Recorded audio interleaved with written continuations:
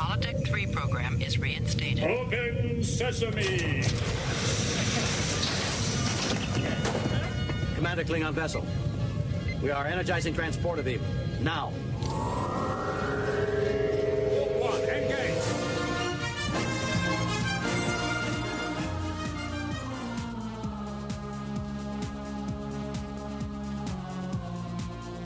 All right, hello, welcome everyone to Star Trek from the Holodeck. This is the Picard edition, and I'm your host, Michael Flores. And in the studio to discuss the Season 2 finale of Star Trek Picard is Ensign David Sabal. Hello, David. We've made it, Mike. We've made it without any hiccups. Without any what? Without any hiccups. Yeah, not a lot of hiccups. I will say, David, I feel confident in saying that this season was a success. They did it. They brought this season to a satisfying conclusion. They pretty much connected every dot. Some of those dots, though connected, were left without complete closure. Yes. No doubt due to the writers setting things up, I can only assume, for the greater Star Trek universe, as well as Picard's third and final season. Yeah. And we will get to those before we close out today's episode, because there's some big ones. There are some big dots that were connected and also left open-ended. So we'll see where those go. I admit I had my doubts, Dave, with this season. I believe I said as much during our opening discussion when the season first started. But in my opinion, the writers did a great job overall with this season. It wasn't perfect, but nothing is perfect very often, right? It's hard to get anything. Has there ever been a perfect TV show? Maybe Breaking Bad, perhaps. Battlestar Galactica, maybe. Maybe. Even The Shield. The Shield, possibly, yes. But it had some narrative issues within the mid portion of the season. But the beginning, I don't know, 1 through 4, the first 4 episodes, and the final 2 to 3 episodes worked well enough to overlook those issues. Yeah. The middle of the season issues. And Dave, I can imagine you're pretty stoked that we finally got Wesley Crusher as the Traveler. And I say finally because you have been saying the Traveler would show up since the first season of Discovery. I wanted to absolutely throw my notebook that I was taking notes with. As soon as Wesley Crusher showed up, I was like going, God damn it. I knew it. I knew. I just had to be patient, Mike. Yeah, if I throw enough spitballs at the wall, something's going to stick. Something's going to stick. And do you realize this season, a lot of my predictions have been spot on. And David, which is scary. It is scary. It's because scaring me, I don't like a lot of your ideas. Exactly. Some of your ideas. I don't like some of my ideas. Some of your ideas are terrifying.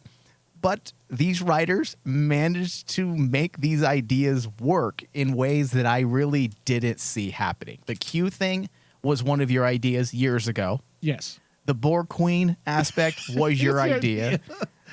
Wesley Crusher being the Traveler was something you had been hoping we would see based on other aspects of, I want to say Star Trek Discovery had some minor illusions where we could see the Traveler making his entrance. It ended up not working that way. However, what they did here, in my opinion, worked, and the way they fleshed out the Traveler's importance ultimately is the key. I'm not one for bringing things into a show and saying, hey guys, look, remember Wesley Crusher as the Traveler? Put your hands together. I'm about intent. Yes. Make me excited, but also be sure it's not just excitement. Make sure there's a story motivator there. That is my problem with a lot of successful franchises.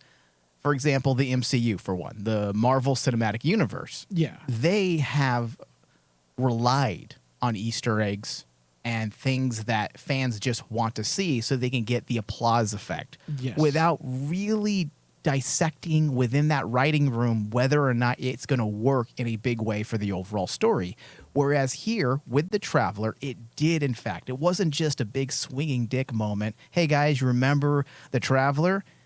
There is some intent here. There is an importance because they connected the Traveler to the cosmos, or I guess you can say the universe. They are the super beings that we've been talking about that are in charge of recruiting and dispatching the supervisors. And it makes sense because, like, when you look at the supervisors and what their whole premise was going back to even Gary 7, Yeah. is they're supposed to be kind of like watchers. They're supposed to be protectors of the timelines and Important events, yeah. And that's why when Wesley returns and he basically and he tells I don't want to say Soji, but basically the Corey. Mm-hmm. But he tells Corey, our job is to maintain and just watch. Yeah. We're supposed to watch and make sure that everything goes according to plan. Yeah. I think that's awesome because you essentially have this story thread introduced more than 50 years ago. Yep. And they managed to connect something that was introduced 30 years ago, 20 years apart. And I'm the Traveler and the supervisors, you bring them together in a meaningful way, and then boom, it works very well for your season. That's the benefit. When you have a franchise that is 50 plus years, the possibilities are endless. You can always, of course, come up with original ideas, but there's always going to be some things that might have fallen through the cracks that you can then utilize to craft a more current season. And that's why I liked it, because it wasn't just, hey, guys, remember the Travelers? No, they connected it with multiple facets within Star Trek. Yeah. And I'll say this for the first time before season 3 comes out, Mike. Okay. I'm hoping that basically the Traveler storyline plays more of a role in season 3. I'm sure it will. Because I honestly think, especially when we get further into the discussion about certain plot points in the finale, I just have this inkling that there's a bigger game that's going to happen. Now that Picard has gotten the quote-unquote introspective moment for his character, now it's time to really give that character the big send-off and the big farewell that he deserves. Yeah. And I think that's what we're gearing for season 3. Yeah, and we'll get into that because I do have some ideas, I guess you can call them theories, as to how they'll make the whole Traveler aspect work in season 3. So we'll get to that in just a few moments. Also, Seven's story ended up being a major highlight this season. It did. And we'll talk about that as well in a few moments here. And Q's actions were not cruel, but were motivated by his love for Picard. The idea that he didn't want Picard to die alone, something that was in fact happening to him. Yes. And that moment in the very end, it was probably the most emotionally poignant moments for me as a Star Trek fan, because did you get a little emotional? Did you get a little, admit it? Because I did. As a fanboy, when you constantly hear people say that, oh, Q is one of the greatest villains of all time. I hate when people say that. He's a villain. No, he isn't. Q is not a villain. Not a villain. He has never been a villain. Never. Q has always been that foil to Picard as kind of like that teacher or that mentor that basically wants to test his mettle. He's a philosophical writing device. Exactly. And that's the only way you can use him. I mean, sure, in Voyager, they use their episodes to kind of flesh him out as an individual character, and it worked just fine for Voyager. But when it came to Star Trek The Next Generation and Picard's story, it always was a philosophical purpose, and it was always about Picard. And we'll talk about that more in depth as well. There's a lot to talk about, so let's just officially get into it. Okay, so we were, in fact, David, dealing with a predestination paradox or causal loop this whole time. Though not thoroughly explained by way of exposition, the writers took a few simple steps to confirm that these events had happened before. For one, the key. Yes. That young Picard will use eventually to open the door and find his mother dead. Picard had to put the key back. Yeah. Or put the key into the wall behind the brick. The bullet holes all over Chateau Picard was also used as confirmation that these events had happened before. Also, the most obvious one being, of course, Agnes as the Borg Queen. But we also had older Guinan. She was aware of these events and what needed to take place. But she just couldn't tell Picard. Right. So at the end of all of this, we were in fact dealing with a predestination loop. And this was done carefully enough that it didn't break anything. It actually strengthened ideas we've known of for years, and Q's involvement with sending Picard and his team back possibly negates any split timeline issues. Yeah. That was something that we had gone on and on about this season. Do not mess up what you had established in Discovery Season 3. Yeah. As we have continually said, they finally explained all the different split timelines and alternate realities and mirror universe and essentially put it under one name. They are split timelines brought on by time incursions. Yes. So if they were to just forget what they did just last year in Discovery and said, fuck it, we're not even going to talk about the split timeline thing, it would have felt a little lazy, especially since this is the exact same, I don't want to say writing team, but it's the exact same executive producers for the most part. It's the Kurtzman era. They should all be under the same, I guess, goals, right? Yeah. Intent, and not undermine what the previous group of writers did on another show. So the fact that Q's involvement was a part of their time travel and getting them back, I feel like without even having to state it, that negates the whole split timeline issue. Yeah, because, and also everything that they've played around with, when you actually take a step back and see the puzzle pieces that they laid out, it makes more sense now that this wasn't going to be like a time altering event. No, because I think the loop aspect alone also negates the split timeline. Exactly. This is a paradox loop we're dealing with. It's a paradox loop, because when you're dealing with establishing a faction that's basically the travelers and the supervisors who are there to make sure time incursions happen for a reason, that everything has to flow in place and they're protecting it, then you basically throw into the fact about like what me and you have been talking about the last couple episodes about like how this is a paradox. It's a time paradox. Everything has to happen. If it's already happened, then there's no split timeline. There's no split timeline. So everything that they're doing right now had to happen. Yeah. They had to basically be thought. They had to be made to think that going back in time would set their time in time back. But that's because they need the I know it's confusing at first, but they needed to actually think that going back in time was going to fix their time problem, but their time problem was already fixed. Right. It's just the way that it was never technically messed up. This all needed to happen. It needed to happen. And you know what? It reminds me of all those stories of like TNG in the past and the episodes with Guinan, where at the end of the episode, Guinan knows that basically this is how it's supposed to go down. Yeah. The only time you should get worried is if Guinan basically says, "Oh, this is not how this is supposed to go." That's when you know something bad happens. But in every TNG episode where Guinan shows up and like you have the play between Picard and Guinan, in the end of the episode, what does Guinan always tell Picard? "Oh, yeah, this was supposed to happen this way. I just couldn't tell you." What else does Guinan know? If I was Picard at this point, I'd be like, "Listen, it's one of the things I like. Is there anything else that you don't want to tell me?" Exactly. That's what I loved about the characters. Like she knows everything. She absolutely knows everything that's going to happen. But let's get a Guinan series next. Oh no, dude, you can't, because it'd be just Guinan just sitting around watching everyone screw up. Yeah, you don't even want to show at this point. You probably want to stay away from this species.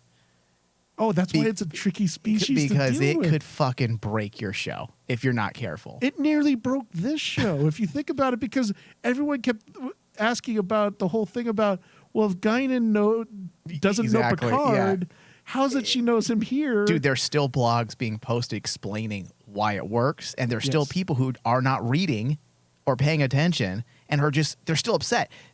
There are people who are still on Twitter upset that Guinan didn't know Picard. I'm like, do you not understand that time never happened? Because it hasn't happened. Yeah. So, all right. So Picard and Q, the way this was handled was, I think, was just. Are you ready for this, Dave? Okay. The way the Picard and Q stuff was handled was just as emotional as Picard waking within Data's subconsciousness during the season finale last year. I'm extremely pleased with how they used Q. It had to end like this. Oh, I'll raise you on that one and say this was done better than the Data. Oh no, without a doubt, Dave. This was done better than Data because everything to get to this point was fully fleshed out and fully realized and fully earned. It was earned. It was Yeah. earned, and like That's a good way of putting it. Yeah. when you get to that point where Q is telling Picard, "Hey, you have to forgive yourself."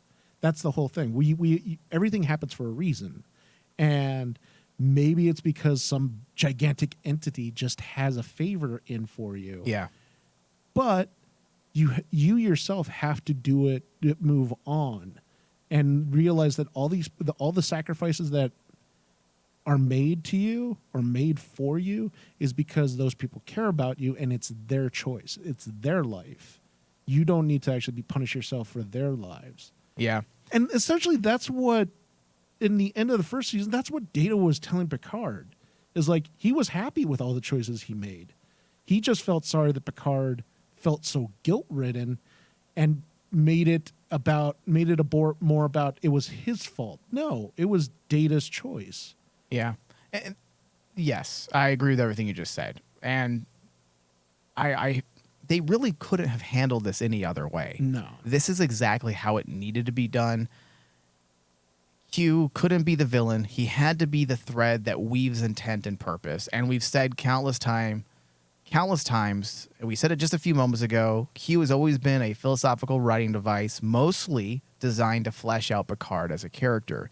And taking this idea and using it in a way that takes everything we know about Picard and his intimacy issues, something that's been a defining element of Picard's characterization for a very long time, and then connected it to a singular, unresolved, emotionally traumatic event, it brings a level of resolve to a legacy character that we seldom get in long-running franchises.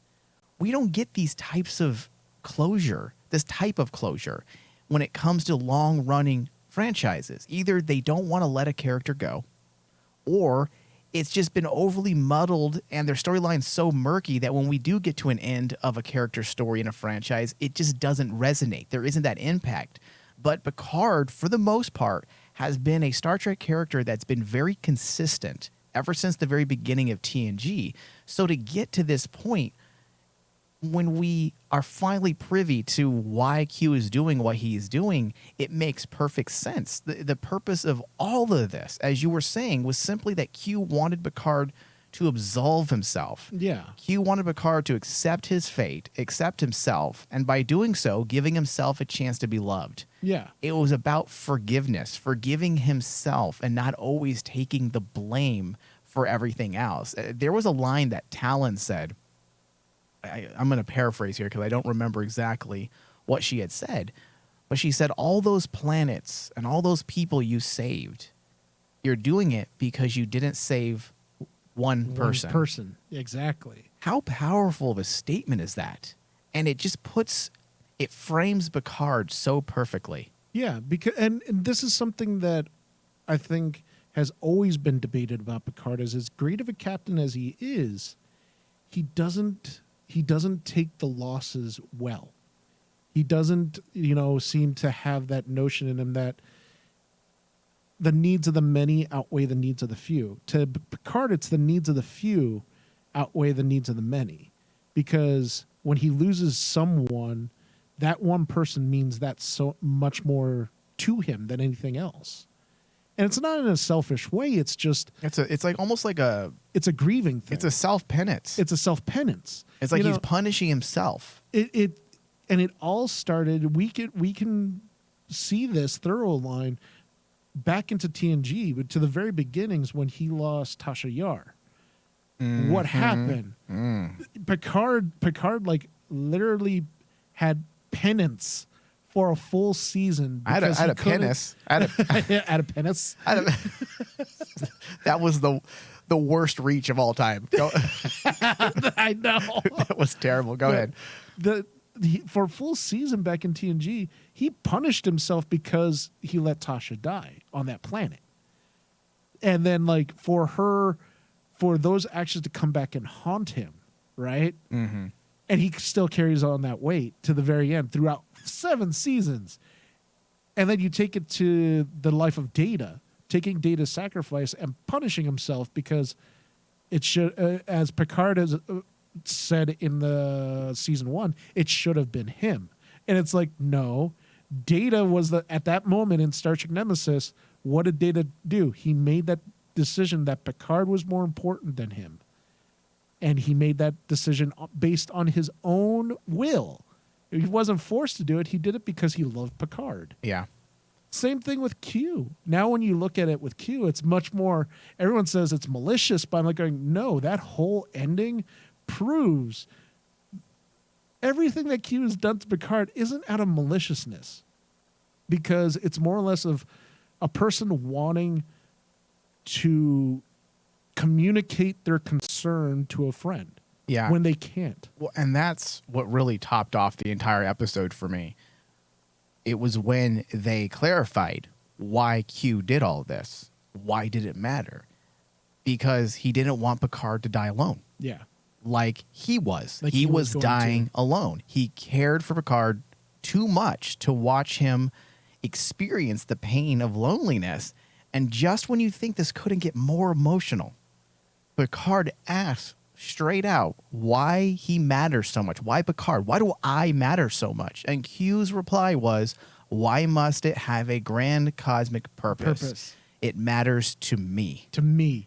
Dude, when he said that, listen, I'm not an overly emotional guy. I'm not going to lie. I got some tears in my eyes. I was like, holy fuck, that's powerful. Yeah, it's really, and it goes past beyond, a romantic relationship. It's just a pure relationship, just at its purest. The reason why Q does this is because he cares for Picard. Yeah. Isn't that enough? I think that's beautiful, man. Exactly.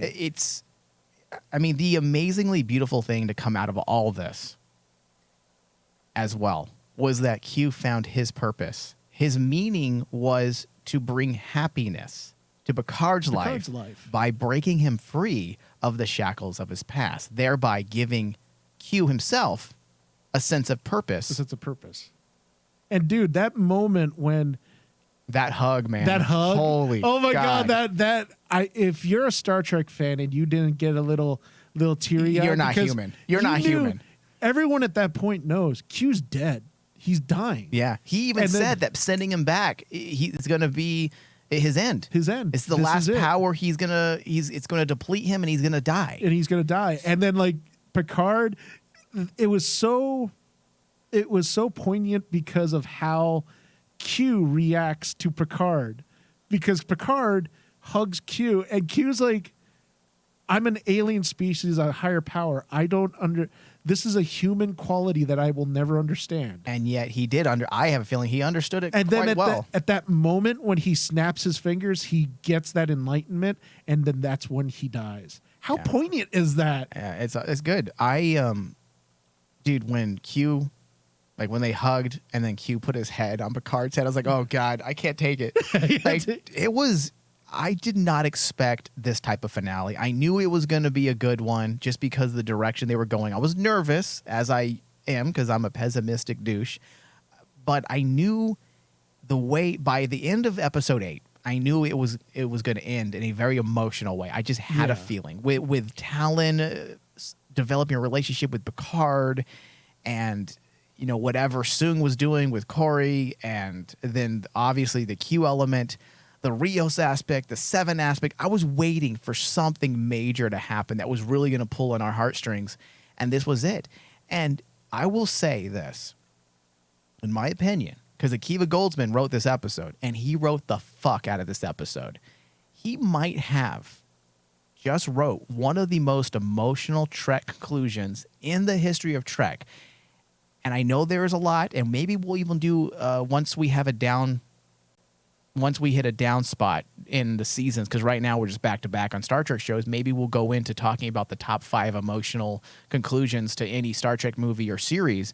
And I will say that this is up there with the death of Spock in Star Trek II, Data's death in Nemesis, the general vibe and that definitive conclusion to Deep Space Nine season finale. Yeah. It's definitely on the top 5, Dave. Well, also, the thing that I noticed in going back and looking at this episode was like the choices of those emotional beats was very well timed. It wasn't wasted. It wasn't, the death of Talon meant something. It was to spark that beginning of Picard's, I don't want to say descent into his psyche, but that's the starting point when Talon makes that decision to die for Renee because she wants to be able to matter something, to mean something in someone's life. And as she dies in Picard's arms, that's what she tells Picard. And then you go to Picard now going off to dealing with his own death, recapping all that, and then the Q death happens. It was really well paced and well timed so that it didn't feel.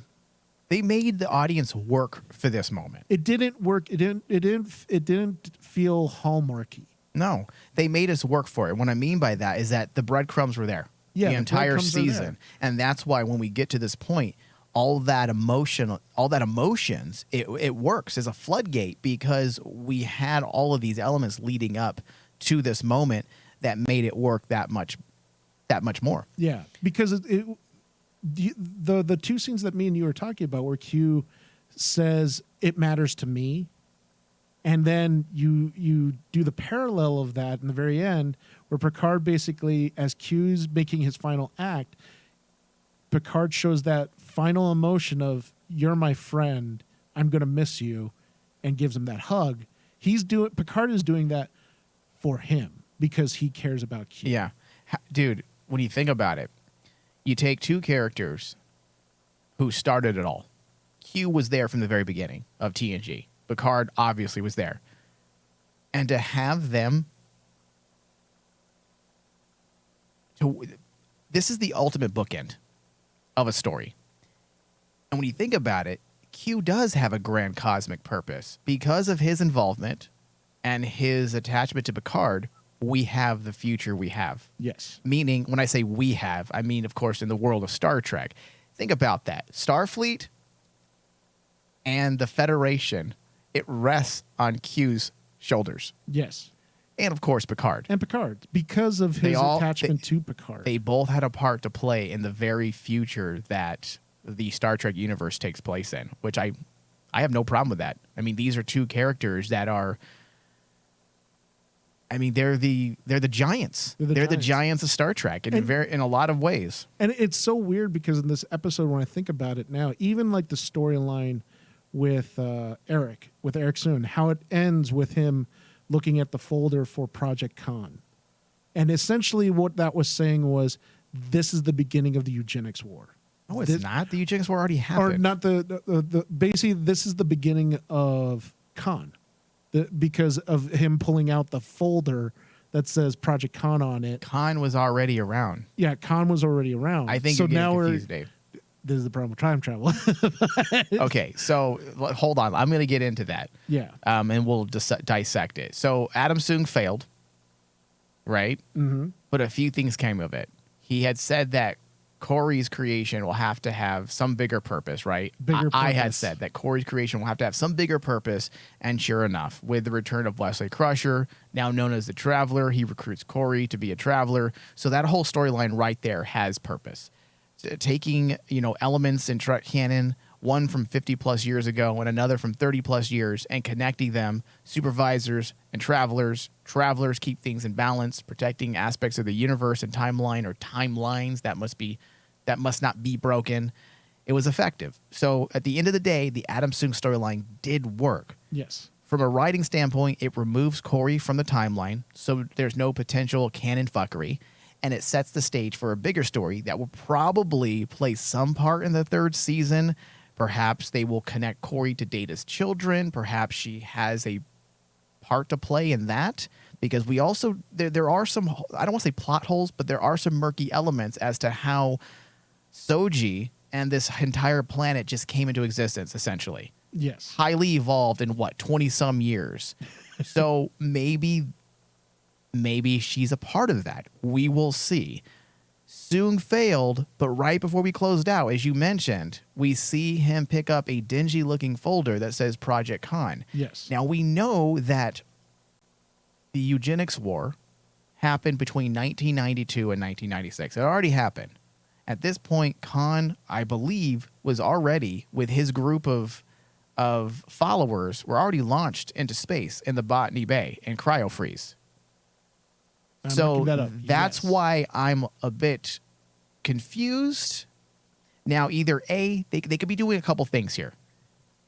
Dr. Soong, David, picking up the folder could simply be an Easter egg, giving us that confirmation that he was in fact a part of that project. Because, what was it, episode 5 or episode 4, where we saw Adam Soong be essentially fired because of his unethical practices? Yes.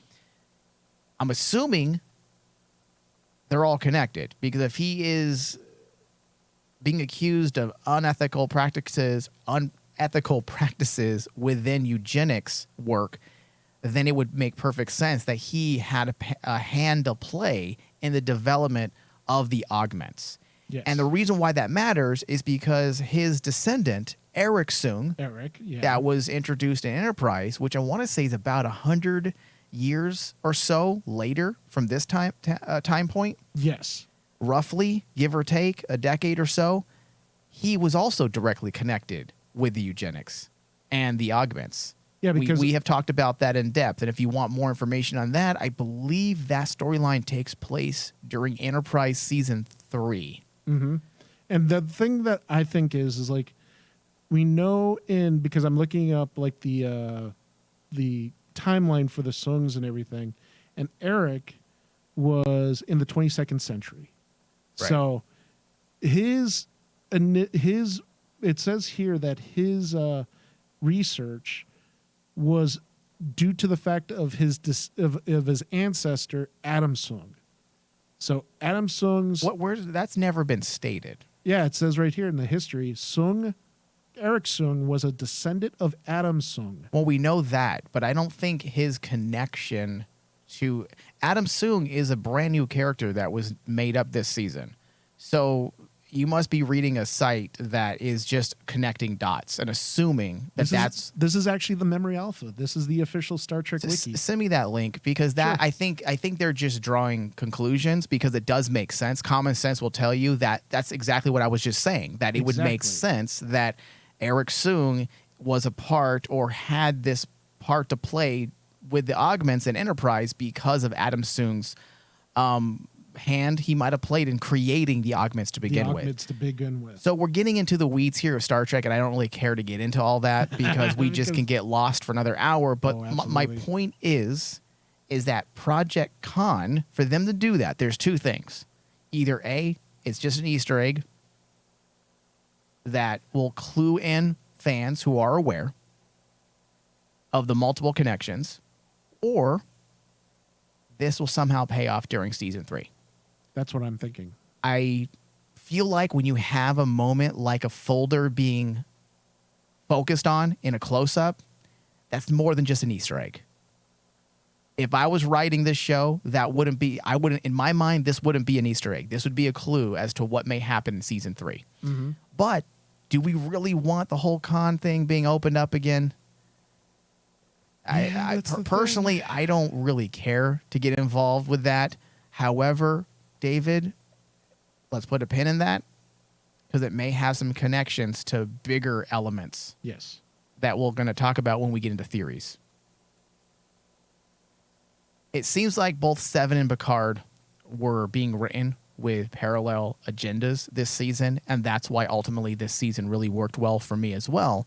Using the theme of accepting yourself worked with Seven's story this season as well, and by doing so, it helped with some of the murky character developments, or I should say character development last season for Seven. Now that we've gotten to the end, I can see how much of this season actually helped me with the issues I had with last season's version of Seven. Last season, she was on this murderous trek to avenge Icheb. Is that his name? Icheb, yeah. Icheb. And she was a member of the Rangers. But there was a disconnect, in my opinion. How did she get from the events of Voyager to this? I don't have a problem with her being Sarah Connor in the first season. My problem is that we don't have any real motivation outside of a single death. Let me backtrack here. There is 20 plus years of history pertaining to 7 and 9 that we have no idea about. We don't know anything about what's happened to 7 over 20 some years, and the first thing we see is that she is a gun-toting angel of death. Yes. And they never really fully work through that. They give her this weak motivation about vengeance. Sure, at the end of the day, it may work. And after the events of season 2, I'm willing to accept that a bit more. I find it all a little bit more believable and more consistent after this season when you take into account that the Federation rejected her because she's Borg. And the death of Icheb, this works better. And ultimately, we were given a 7 that felt more consistent with the one from Voyager, a complicated character that struggled with her emotions. Yeah. I'm not saying she didn't have anger. We saw her harbor tons of anger, but it was more a type of angst in Voyager. It was more a type of frustration because she had tasted a semblance of perfection being Borg, and she was always trying to reach for that as simply a human. Yes. And that was her frustration. That's what was she couldn't assimilate into humanity. And many times that would manifest into some emotions that she needed to keep in check. But the anger that we saw her have in the first season, it didn't quite work. But after this season, knowing that the Federation turned their back on her, I'm willing to accept it a bit more. Oh, yeah. And I've always said this, David. I'm willing to accept anything. This isn't my story. Oh, yeah. I'm not writing it. I'm willing to accept anything as long as it feels consistent and it makes sense. And a lot of the work that they did this season with 7 really made things feel better.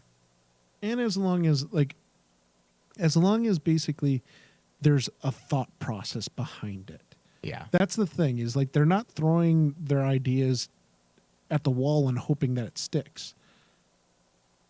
The whole thing with 7, the last episode that me and you discussed about prior to the season finale, that one moment when they had 7 say to Raffi that even Janeway was going to actually resign. Mm-hmm. And the way that simple line and that simple delivery for Jerry Ryan to kind of show how 7 felt about that says so much about her character's journey. And like, yes, we would love to see that moment in full screen and everything, but at least we get this little window now. And if it leaves that window open for future writers to say, okay, let's go back and actually delve into that now. Yeah. Well, imagine, see, and this is why connecting the dots and not just, if you're taking a character that we haven't seen for 20 plus years, you have to fill in some of the blank spots. Otherwise, you're going to have these types of questions and issues that some of the audiences, myself included, had with 7 last season. Mm-hmm. It's not that it's not believable. It's just we needed a little bit more to back it up. Yeah. And now that we have been given that, now, if I were to go back and watch season 1, I probably wouldn't be as frustrated because I understand. With 7 story, David, don't laugh.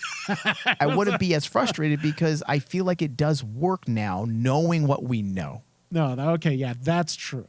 I will agree with you there. That basically, if you were to go back and rewatch season 1 solely for the Seven stuff, that makes sense. Yeah. Everything else, And we know that she's been a fighter. We know that she's capable of fighting. In fact, that there was an entire episode where she learned hand-to-hand combat and just murdered people. I forgot the name of the episode. So it's not that she's not capable. We know that she's capable. But I do feel at the end of the day, this conclusion, it brought a lot better resolve for the character. Oh, yeah, especially when Picard gave Yeah. symbolically the comm to Seven. I love and that. Seven sat in the captain's chair. That is how you do moments like that. Where you get David, to moments like symbolically- that, I wish I was like Odo and I could shapeshift to the captain's seat and then she can just... and just sit on my face. Oh, wow, David. I was trying to say it a little more respectful. If you're going to turn into the chair for 7 of 9, Mike, you got to make it count. Listen, if I was Odo, I'd You be, got to think I'd be like Barkley. dangerous. I'd Think be, like Barkley. I'd be dangerous. Like, listen, if Seven used a dildo, I'd just turn into a dildo. Is that inappropriate? Why is my dildo moving? Don't question it. It's a special feature. And this is why Barkley was sophisticated, because he kept all those dark secrets in the holodeck. That's fucking creepy. We need to change the topic immediately. So the Rio story ended up having a greater purpose after all. It was one of the dragging elements for me this season, It was. just because it felt like it wasn't really going anywhere. It didn't really have a greater purpose, but by the end, they gave us that greater purpose. You find out that his storyline this season was about a few things. Number one, the boy that he would raise with Teresa will end up saving the ocean on Earth by using the alien organism found during Rene Picard's Europa mission. Yes. So at the end, Dave, Rio's story did matter. Yeah. It doesn't fix some of the inconsistencies and a bit of the meandering issues we had, but at the end of the day, the storyline did matter, and it does work. And it does work, and it comes to a conclusion. That's the important part. It's sad that had Rios will be no more. Yeah. Although, dude, I did like the fact that Guinan says he dies in a bar fight with Aw. a cigar in his mouth. I know. still. That's And I'm like gangster. going, that's gangster. That's how Rio should go. Yeah. I was happy with it. I really wasn't unhappy with it. Pretty much, I wasn't unhappy with anything that they did in this episode. No, I wasn't. I mean, like, We'll get to it, Dave. Hold on. I know you're ready to jump out of there.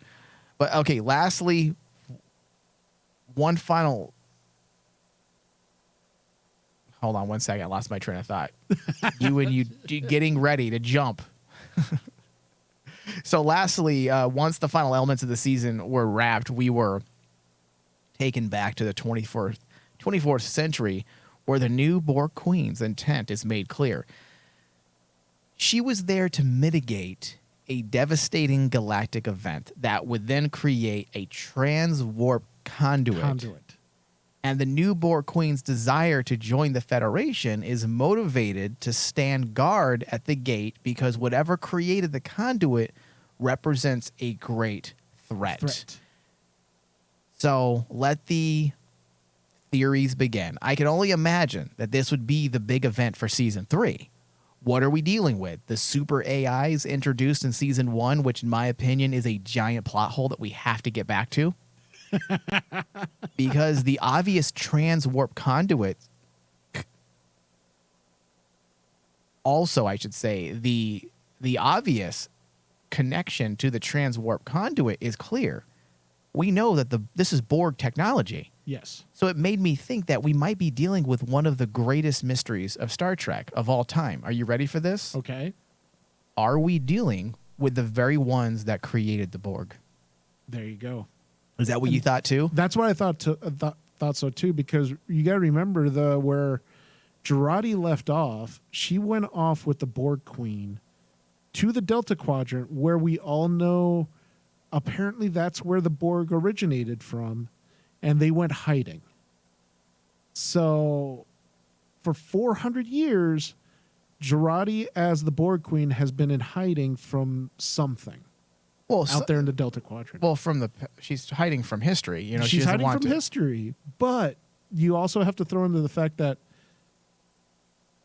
when she goes out to the Delta Quadrant, she possibly could have seen the beginnings of who created the Borg. Possibly, but it also seems like she doesn't know what it is, because if she would have said, when they said, hey, we've never seen a transwarp conduit like this, I'm sure at this point the Borg Queen would have said, well, this is what it is. Yes. So that leads me to believe that she, or the Borg, this version of the Borg, don't know what it is. However, if we are dealing with a transwarp conduit, deductive reasoning tells us that, hey, look, if we're dealing with Picard, if the writers seem to be closing out big story elements from the TNG era. Yes.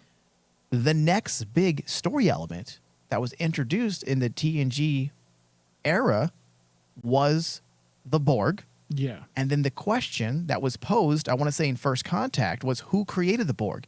The Borg Queen had said that they were much like humans at one point until they decided to better themselves. So maybe we're dealing with the very first version of the Borg, or a singular creator of some type. Perhaps the creators were the super beings. Exactly. Or And- I'm not the super beings, the super AI, I Super should AI. say, from season 1. And you got to also throw in the fact that basically whatever created the transdimensional, basically a wormhole or the conduit, Yeah.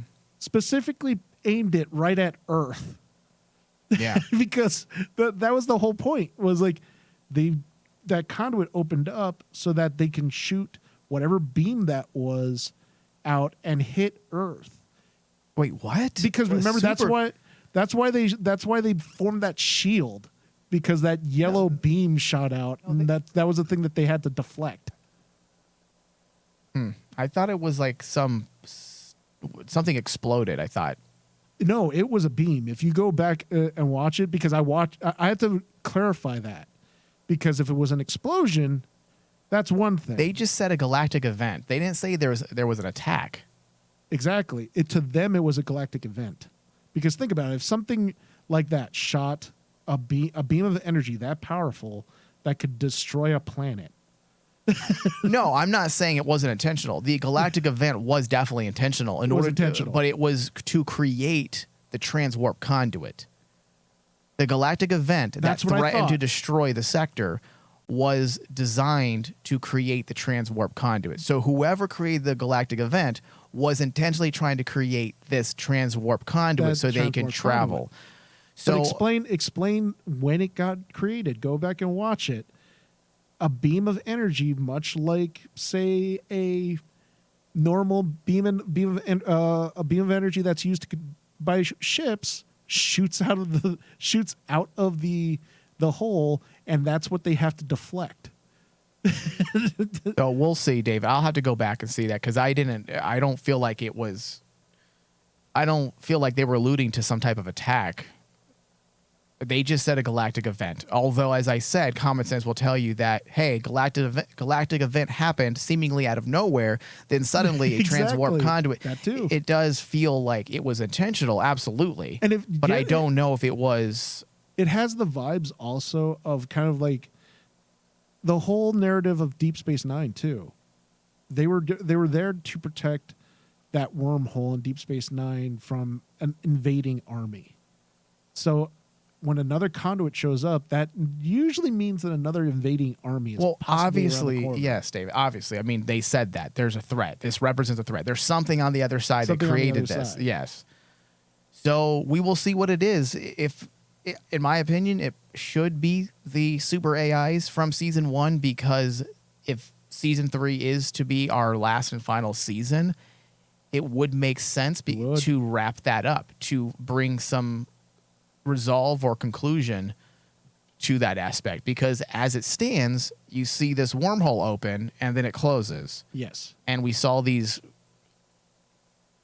Dr. Octopus looking androids come out. Wasn't it like these tentacles that were coming Yes. out? Yeah.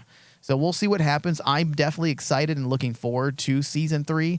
I'm no longer cautious. I feel like these writers have a handle on Star Trek, a far greater handle than the group that was in charge of season 1. The new showrunner working with Akiva Goldsman, I think ultimately did a fantastic job with the season. Yeah. As I said, there were some bumps in the middle part that didn't quite work very well for me from a writing standpoint. Story-wise, the entire season works as a story, but the narrative and how it was structured had some issues in the midsection. But the opening quarter and the final quarter, I feel, were great bookends and worked really well to bring a sense of resolve to some very big story elements in the world of Star Trek, and it mattered as well in the bigger picture. So not only do we have the more intimate aspects, Picard and Q, but then we have this character like Q. They brought this character to a satisfying conclusion as well. Yeah. Then you have the greater story being set up, possibly dealing with the Traveler and Corey. Possibly Project Khan has something to do with this. The transwarp conduit. The pieces are there for we also know that the rest of the TNG crew is coming back next season. For some strange reason. 7 of 9 is probably going to be a captain now. So there's some really cool things to work with going into season 3. Yes. So there's a lot to look forward to.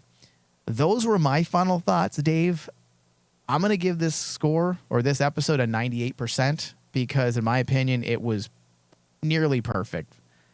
Go ahead and give me your final thoughts and your score, and then we'll jump into some potential,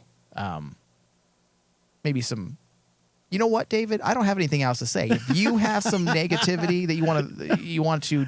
Just a little, just a you little. Want to throw all over here? Then no, go ahead. I'm not going to be one of those Star Trek haters. No, Dave, it's okay. You do struggle sometimes. I do struggle, but overall, I actually did like the finale.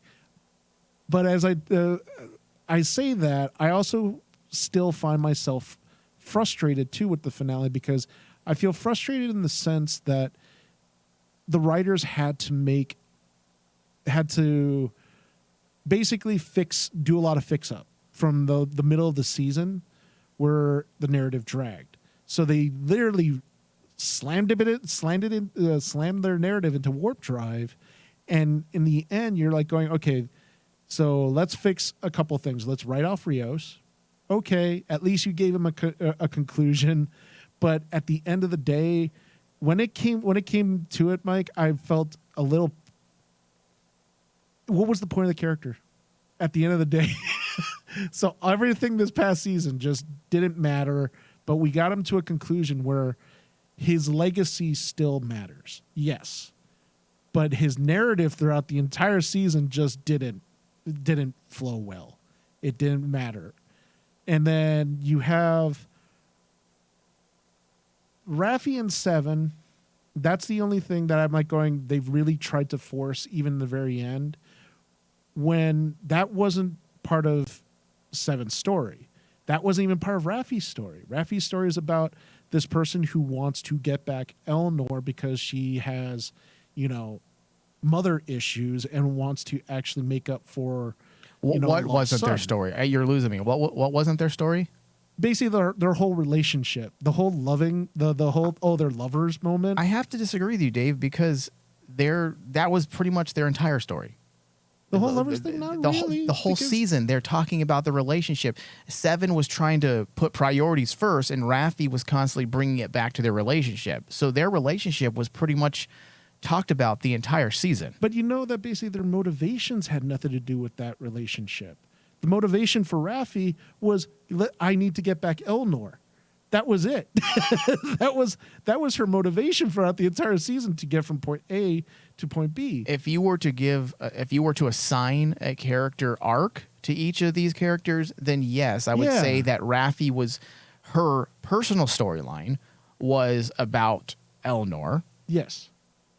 And that's the thing. But their relationship being put in the back burner, but still there, was on simmer. It was a part of the entire season from the very beginning, and it was alluded to or touched on at least once in every episode. And that's what I think is that I'm getting I got a little frustrated because their motivations don't match their story, their actual story that they're being given in the season, right? If Raffi's story is going to be about the relationship with her and Seven, make it about her and Seven. Don't even throw in Eleanor. Well, that's the problems with the first season of Picard. You have a lot of characters that don't matter at the end of the day. And essentially, unfortunately, David, you're dealing with a TV show. And you're dealing with actors that you cast in roles.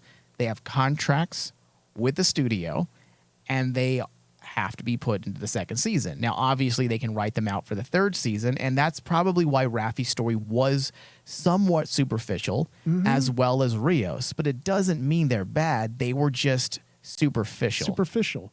And that's why, even with those frustrations, Mike, I still gave this finale, at the end of the day, a 95. Yeah. Because it's well done and it's well paced. It's just that, again, this is one of those things where just in my opinion, the superficialness of the character, so the two character arcs, just leaves a bad taste in my mouth. But you have such a great story with Q and Picard, Girardi and the Borg Queen, and Seven's story that helped cover it up. But I can't negate the fact that essentially two of your characters, they really didn't matter when I stopped and really thought about it. And David, guess what? And they don't matter. So you're right. They don't matter. So who cares? I honestly, they're not the focus of the season. And I care about Picard and Seven, the legacy characters that most people would care about.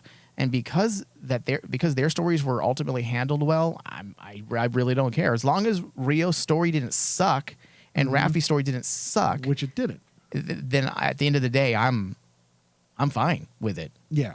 But I do understand where you're coming from, because these are things that we've had problems with for a long time. But look, give the producers credit, though, because they were willing to cut characters that weren't needed. Yeah. Look at Soji. Soji's character was all but written out. Which I applaud them for. Elnor was all but written out. So they were willing to get rid of characters. I don't want to call it dead weight, but I mean, essentially that is when you're writing a series and you can't find purpose for these characters unless you force it, and then it feels forced, because that was the problem with season 1. They forced these characters and their storylines meandered and really didn't matter to Picard's storyline. And that was one of my problems as well with season 1. This season, they were willing to cut that baggage and say, hey, you know what? If we don't need this, then we don't need to put it in there. And that is one of the biggest things that I take away from this season, why it's better than season 1. Season 2 was much better polished. I thought that basically the writing was more succinct and composed better. The characters were treated much, much better. Yeah. Much better. David, and some of the problems you're having, I think, has to do with your problems from last season. It does. And imagine if Akiva 100%. Goldsman and I always forget of the new showrunner as well, Terry Matalas. Imagine if Akiva Goldsman was working with Matalas last year. Oh, yeah. We probably wouldn't even have these little issues. So at the end of the day, Dave, I've been using that phrase a lot lately, and I'm going to use it again. At the end of the day, this was a successful season. It wasn't perfect. Yes. But I would say it's a successful season. And looking at our scores for the past 10 episodes for this season, it brings us to a season score of 80%, which I would agree with. 100%. Yeah, I'd agree with that. That actually works. Sometimes, David, our episodic score or our episode our score per episode doesn't always reflect how we feel at the end. Because you know what the weirdest part? If you were to ask me to give a score for the entire season, I actually came up with an 82. Yeah. And that's pretty much where we are. Yeah, it actually works. Sometimes it doesn't work that way, but it actually does work this time around. When you break down how we felt generally, I would definitely give this season a solid 80%. Oh, by far. Is there anything else we want to bring up before we close out? Do we want to bring up the itchub thing that I was talking about? Oh, yeah. There's a lot of things if you wanted to bring up any of our theories for next season. Okay, I will let you play around with that in a second. Now, the only thing that I feel is a bit of an inconsistent aspect, but I'm willing to look the other way. That's why I didn't put it in the bulk of my notes, because why drag down our main discussion with something that at the end of the day, there it is again, doesn't really matter. They stated that 7 of 9 was rejected by Starfleet because she was Borg. Ichub was also Borg. Yes. And in season 1, they said that he worked as a Starfleet officer for 10 years. So there's a little bit of an issue there. That doesn't make a lot of sense. So 7 of 9 out, but Ichub in. Why? Exactly. And those are the types of problems that happen when you are trying to course correct a season. And that's exactly, I don't care if you love the first season. I hope you did. I don't want anyone to hate Star Trek.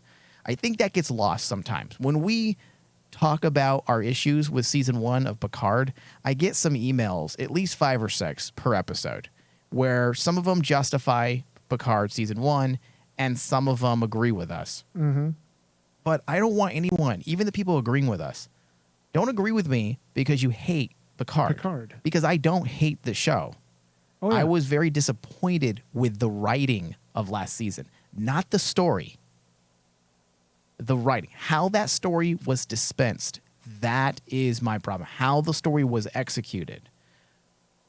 With Matalas and Akiva Goldsman coming in, if you understand the nuances of the writing craft for screenwriting, you would see the vast improvement in the way this story is told as opposed to how that season was told. So when we have these little issues with Ichub and 7 of 9, I'm willing to look the other way because Akiva Goldsman and Matalas was trying to make lemonade with, how's that saying go? Making lemonade with oranges? I don't know. That's making not how lemons it goes. out of lemonade. Making lemonade out of lemons. Yeah, there you go. Like, they were trying to make it work without shitting all over the first season. They were trying their best to take the stuff that really worked in that first season of Picard and bringing it into the second season. And that's another thing that I respect these writers for doing. I don't like when new showrunners come in and they shit all over what was done before. Yes. In my opinion, these producers and writers, which a good portion of them were also a part of season 1, the leadership's a little different. They weren't trying to shit all over what was done in season 1. If anything, they were trying to help it out. Yeah, they were trying to take what they were given and basically say, okay, if we have to use these characters, let's use these characters in some capacity that makes them relevant within our narrative. Yeah. Okay, Dave. So you want to get into some ludicrous theories really fast? We have a couple minutes. Well, Mike, I started thinking about it, and I'm like, I've been really good with the really out there theories. Called the Wesley Crusher the Traveler thing, called the Borg Queen, called Q. Okay. And I've read this rumor as well, and I agree with it, Mike. We have a new portal that just a new transwarp conduit that has just opened up. Mm-hmm. It's very similar to Deep Space Nine. I think Oh, God.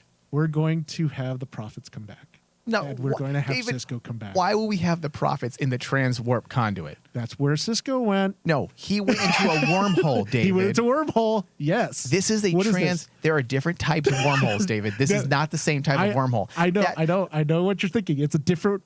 Totally Mike. different I'm technology. telling you right now. Something tells me they're going to say it's the same thing next season. No, David. Please don't say that because that's a horrible idea, and I don't want it.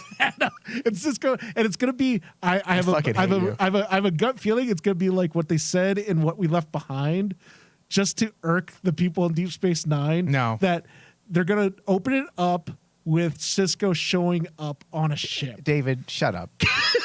I'm closing this show out. You just lost all theory privileges. Avery Brooks is back. No, we're done. Season Okay, 3. I want to thank everyone for listening. Be sure to find us on iTunes and Spotify. Those are our preferred places.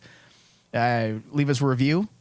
Give us a thumbs up. Rating, please. It helps other potential audiences find our show. Also, head over to Patreon, patreon.com/RainmanDigital, and pledge $5 or more a month, and you'll gain access to all of our additional podcasts we do every single month pertaining to the world of Star Trek, as well as our behind-the-scenes pre-show, where we kind of talk and get... Not kind of talk. We do talk. And we get into topics that we may not have time to get into on our regular show. And we also might get into some new breaking Star Trek news that we don't want to wait to discuss on a news update show. So patreon.com/RainmanDigital pledge. We do need to reach a minimum of 100 subscribers in order for us to continue to do shows.